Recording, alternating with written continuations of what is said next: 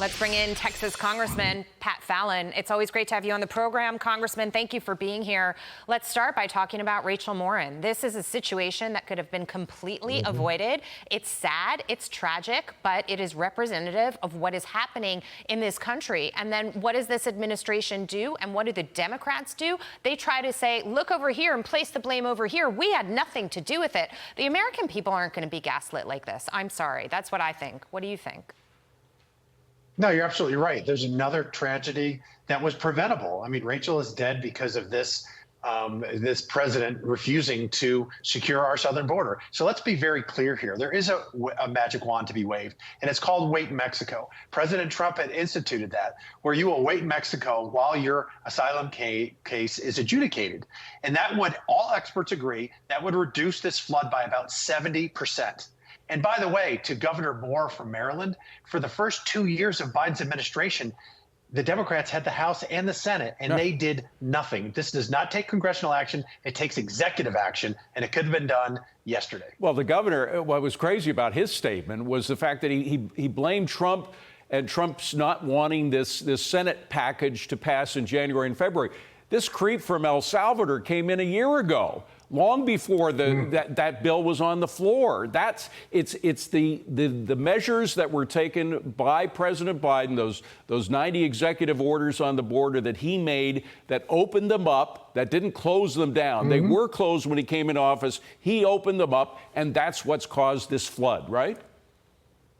Yeah, David, in fiscal year 2017, when President Trump was in office, we had 300,000 illegal encounters for the entire year at the southern border.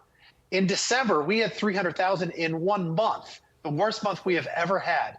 And if you look at President Trump versus Joe Biden, in President Trump's whole 4 years, we had about a little over 2 million illegal encounters. We've had over 10 million already. So Joe Biden is 5 times worse. So the Democrats trying to point fingers at Republicans is absolutely absurd, and the American people aren't buying it. And I think Joe Biden is going to lose the presidency mainly on this issue come November. And ultimately, Congressman, real quick on this, what ends up happening is you implement laws like this. If you're married to a U.S. citizen, now you get to be a citizen and you stay here, or birthright citizenship. And you've got an open border for the last 3.5 years, and you end up with a situation in this country where the demographics shift as a result of that.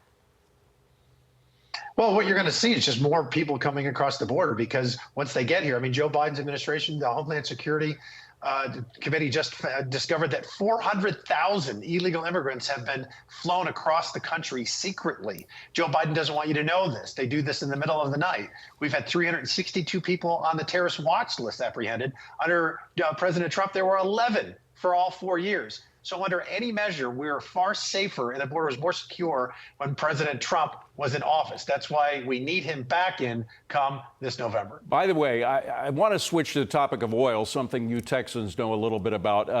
The president, there are rumors now that the president is going to do what he did right before the 2022 midterm elections and sell off more of our oil reserves to get prices down. The price of oil, by the way, today popped up over $80. It was up 2.5%.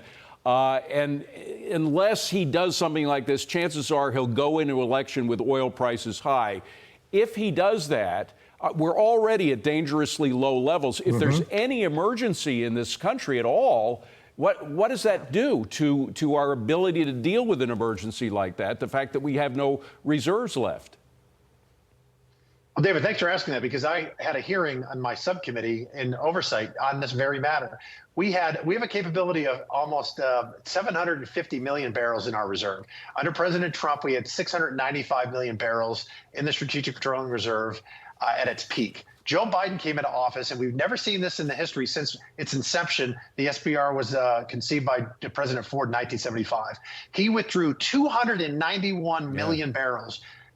You know why? Because he wanted to depress the price before the midterm elections. This is for an emergency. This is for act of God. This is for time of war.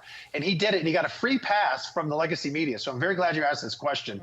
I think it should take an act of Congress to tap the reserve, other than maybe just a small nominal amount. And Joe Biden is not going to do anything before the election, well, he might sell off even more to try to manipulate the price because gas costs 50% more than when he took office. And that's the bottom line. People feel that. They understand it. Yeah. Congressman, thank you so much for being here. We appreciate it. Good to see you, sir. Appreciate it.